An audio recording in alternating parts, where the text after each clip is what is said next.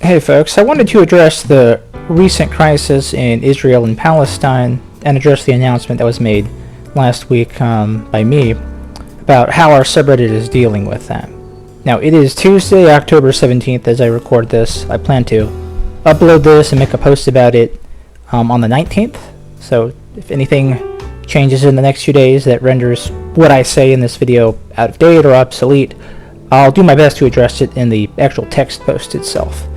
But let's get into the announcement itself that I made. If you hover over here, this was on October 12th, so last Thursday that I made it. The attack happened on October 7th. Here I summarized the events to the best of my knowledge of what was occurring at the time. Then I explained what our moderator policy was, and I basically detailed that Reddit has a history of suspending subreddits that have, we'll say, content problems. Historically, this has been related to things like white nationalism and anti-Semitism. So a lot of far-right, neo-Nazi communities have been removed from Reddit within the past few years. This took off, especially in the aftermath of George Floyd's murder in 2020. Thousands of subreddits within a span of a few months were eliminated.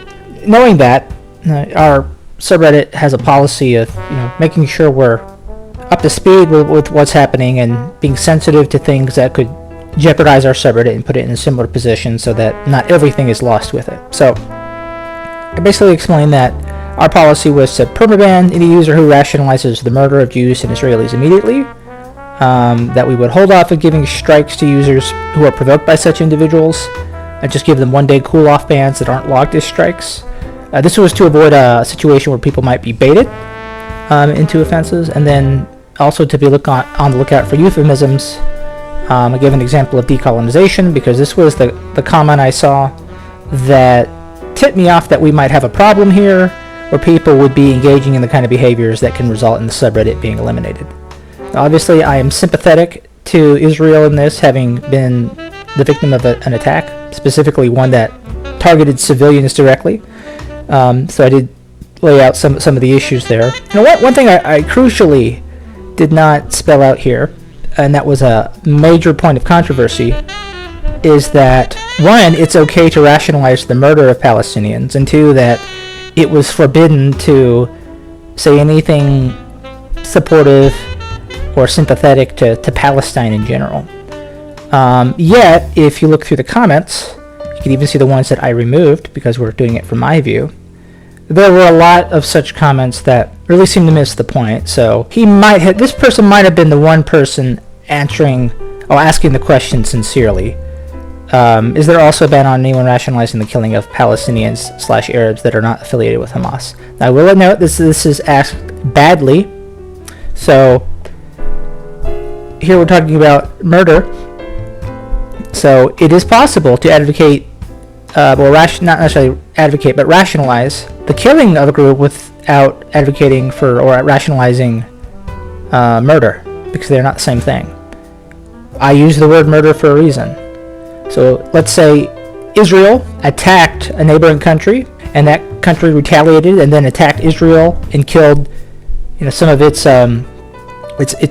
members of its military. Then that would be killing of Israelis, but not necessarily murder. It's a conventional war, and we understand the difference. There's a difference between killing and murder in both civilian and wartime contexts, and that's why we use the word murder. But I did notice that, and I noted here, we've always permabanned people who openly advocate for outright murder, and I was merely emphasizing that this is going to happen if we see it, given the intensity of the moment. But it is true, even in periods where there wasn't something going on, if we have seen people just openly call for murder, or otherwise just extremely aggressive, violent forms of discrimination or oppression based on things like race, we permanently ban those people. We do not allow them to participate, and we never have. So I addressed that. A few other people asked it. You can find it at different points here. I replied to each of them, basically gave them the same answer. And then there are a lot of people who just kept asking that same question again and again and again. So, for example, will you be permanently banning anyone who calls for collective punishment of civilians in Gaza? That's an odd way of asking the question. I'll get to this person later, but a lot of these were ones that were just based on intentionally obtuse interpretations of what I said and panicking and catastrophizing. So this sub is 100% pro-Israel then? Not what I said. Silence people who are critical. Again, not what I said. If you support outright murder, you're getting banned. You can look at throughout the subreddit, and people are critical of Israel, both in this post and in separate posts, and they have not been banned. The thing is, the reason I'm making a video about this is because it's kind of a point where I'm rethinking how lenient I want to be when something like this happens. And I say when something like this happens because it's not the first time. So if we go back to the famous Order 66 that we did in January of 2022, this is the first time we basically said we're not going to use the rules on the sidebar, and we're just going to do these ad hoc bans of people who have cleverly found a way to make comments outside of the rules that don't violate the rules as written, but nevertheless consistently disrupt conversation, usually by being extremely obtuse. We noted here that there seems to be two ways people go about this, and usually it's people who are either anti-IDW or pro-IDW, and we basically mentioned that both of these groups would be banned, but we would ban the people who are openly anti-IDW permanently, because we just figure there's no salvaging those folks. We gave a 120 ban to the pro-IDW folks, which is still a heavy ban. It is a bigger ban than we've ever given for a strike, other than a permanent ban for a third strike. Right? So the folks who had gotten no strikes at all were being hit with a 120-day ban, who were openly in favor of the IDW. Now, in some of the responses here, this I don't mind too much. Fuck the permanent bans. If you don't like permanent bans, you don't like them, and you can say it. I don't care. And there was such a reply somewhere here in this post. If we look here, there's some folks who indicate a similar. I'm trying to find them. Okay, yeah. Why not allow people to be anti-IDW? Now, not what we said, right? We said there are people who are A, anti-IDW, and B, consistently, like they have a pattern of behavior. They are names we recognize of approaching conversation dishonestly, frustrating people. Often these people then get frustrated and they lash out against the user. You can go back and read this post if you want. But basically, we had a very specific problem we were trying to solve. We spell it out. We specifically say we're not banning people for being anti-IDW, but then this person phrases it that way, even though we come out and say something very different.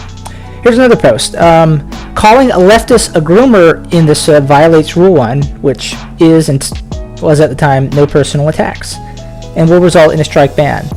Seen this a lot in the latest reports. Not a whole lot of elaboration needed here, just a fair warning. When was this? This was April of 2022. So around that time, we were getting a lot of posts talking about the trans issue, and a lot of people replying were right-wingers or conservatives calling folks groomers as an insult.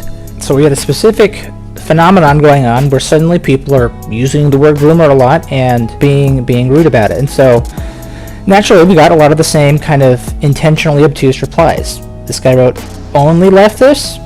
This guy wrote, as long as the same rule is applied when somebody calls a conservative a conspiracy theorist or other popular negative characterizations. What? Why is this such a natural response? Just don't insult people. What's with this fighting, right?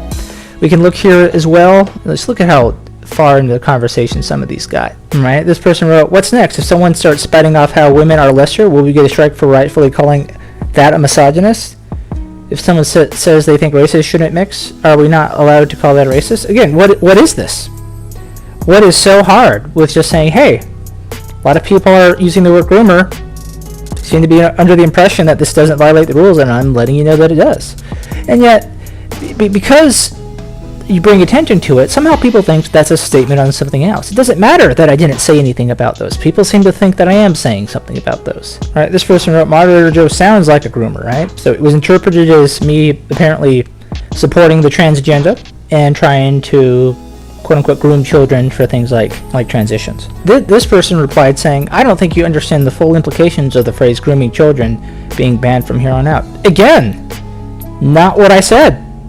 Calling a leftist a groomer in this violates Rule 1. I did not say that talking about grooming children, which exists, I'm aware that grooming children for sexual exploitation is a thing that happens. Yet we get these kinds of replies.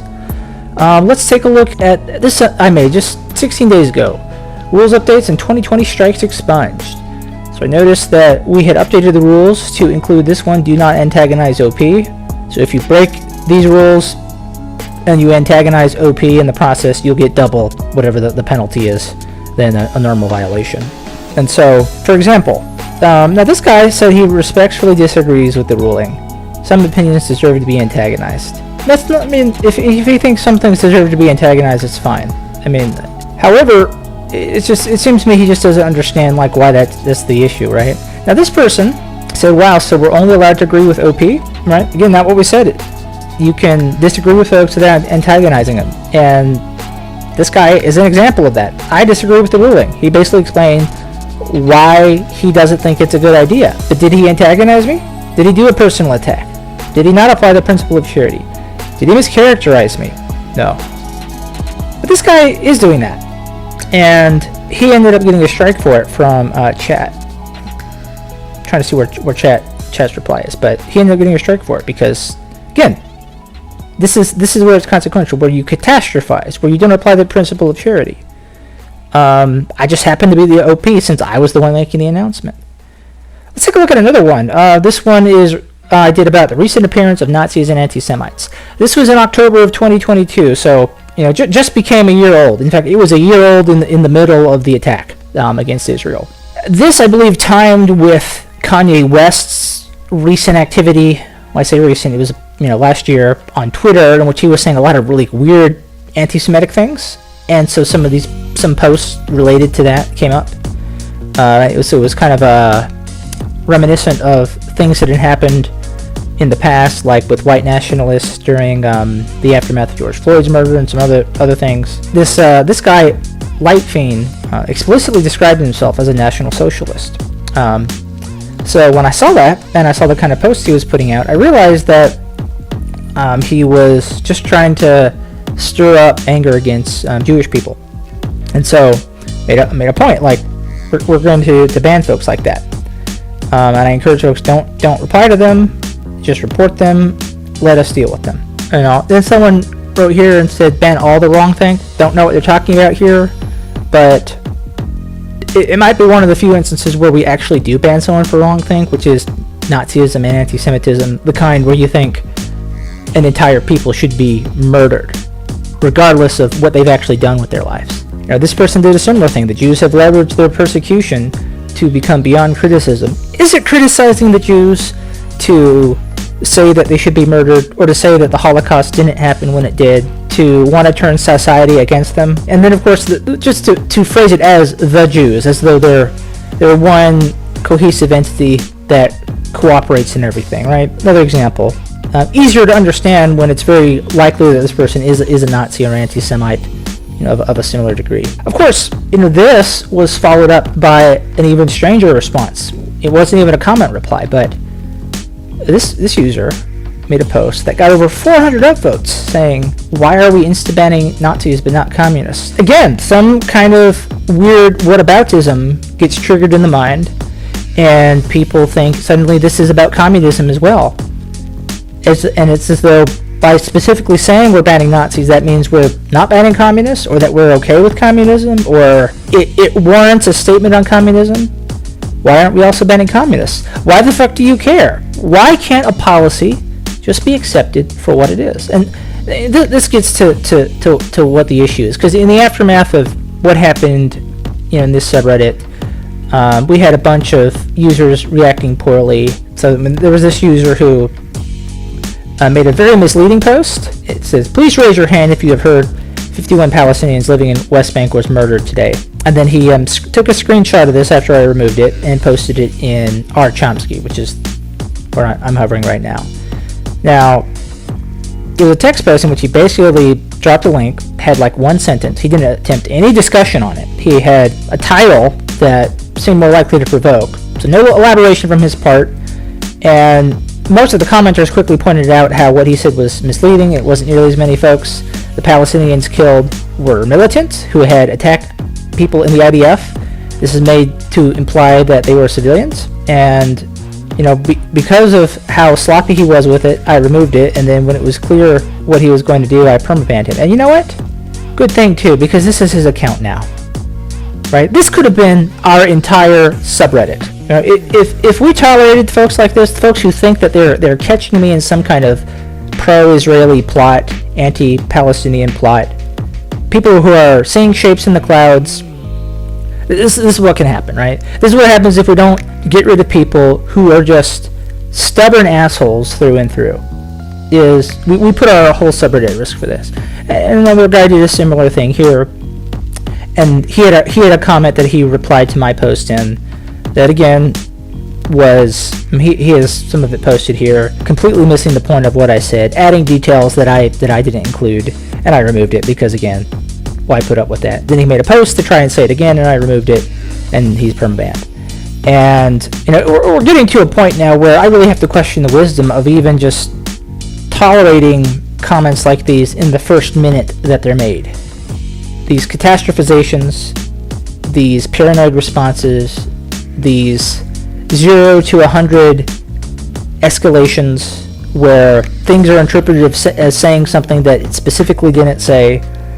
At this point, my response is just going to be to permanently ban people who partake in that behavior immediately. Because, as far as I can tell, as heavy-handed as that sounds, the folks who actually meet the purpose of the subreddit, which is to have productive and constructive conversations with nuance, with patience and some kindness, are not the folks who make these comments. Let me go ahead and just show you a little something here. So this is what moderator tools look like. We can go to insights here, and if we look at this, we can look at how much activity there is in the subreddit. So let's take a look at what happened in the last 30 days, right? 30 days. Okay, there we go. All right, so as you can see, it is not an even amount. As you can see, it shifted.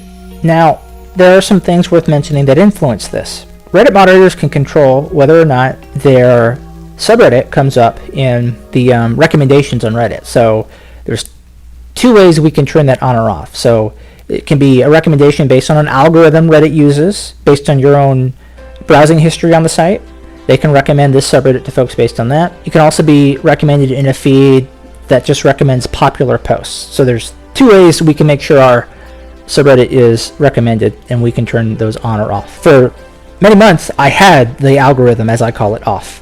Largely because we just promoted Chat 4949 to moderator, and I let him have the last few months with lower traffic, so that it would be easy for him to learn the ropes of moderating and being the one to take on the primary role of issuing strikes and bans, which he's done quite well in getting used to that.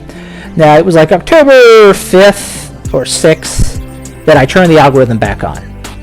Now, as you can see, it goes up after that, but of course there was a major news event happening, so let's look at what that impact is. So if we go to members growth, it's a lot easier to see. So this green line shows how many new subscribers we get, and the purple line shows how many we lose. Now, as you can see, through pretty much any point of time, we're always netting slightly more new subscribers than losing, even without anything in Reddit to recommend us to folks. So presumably it's just purely word of mouth new subscriptions. I turn it on around here. As we can see, it shoots up from gaining 11 subscribers to gaining 52 subscribers. This is before we make a post about it, before really the attack by Hamas is even being taken seriously. It was a couple days before a lot of folks here in the West seemed to realize that the attack by Hamas wasn't just another attack. I make the post about it, we can see it just takes off. On Sunday, I make the decision to turn off the algorithm, and as we can see, boom, it crashes. Now, and look at how much this is. We're talking about over 500 new subscriptions. So a lot of these folks, these bad replies to my most recent post, were new people. People who had no familiarity with the moderation standards of the subreddit, with the culture of interaction in the subreddit, and they were largely responsible for some of the worst comments, whether it's in that post or not. And so, is it really much of a loss if we permaban people who just showed up, didn't take the time to familiarize themselves with our subreddit, and created a bunch of extra work for me and other moderators because of it? No, I don't have any problems with that. I'm much more interested in keeping the people who have been here a long time and have consistently made the subreddit what it is, because they like to credit me for moderation, but the reality is, like, it just wouldn't work if they had no interest in having those kinds of discussions. If they didn't proactively make the posts, make the informed replies to those posts that they do. You know, I can lead a horse to water, but ultimately, like, they're the ones that actually make the conversations happen. Just in case you guys were wondering what the data was like. So the algorithm's off again. I'm probably going to wait a little bit longer before I turn it back on to let some of this die down. Ultimately, though, I do want the subreddit to grow, and I want involvement to grow. I want people to be able to use this subreddit as a place to have the kind of conversations that they can't have elsewhere on Reddit. And when we do impose restrictions, stricter than normal even, such as how we respond to very obvious cases of anti-Semitism and to the kind in which people are excusing murder or advocating for murder, that's something where we're not going to let our subreddit get completely wiped out for everybody. We have almost 100,000 people now.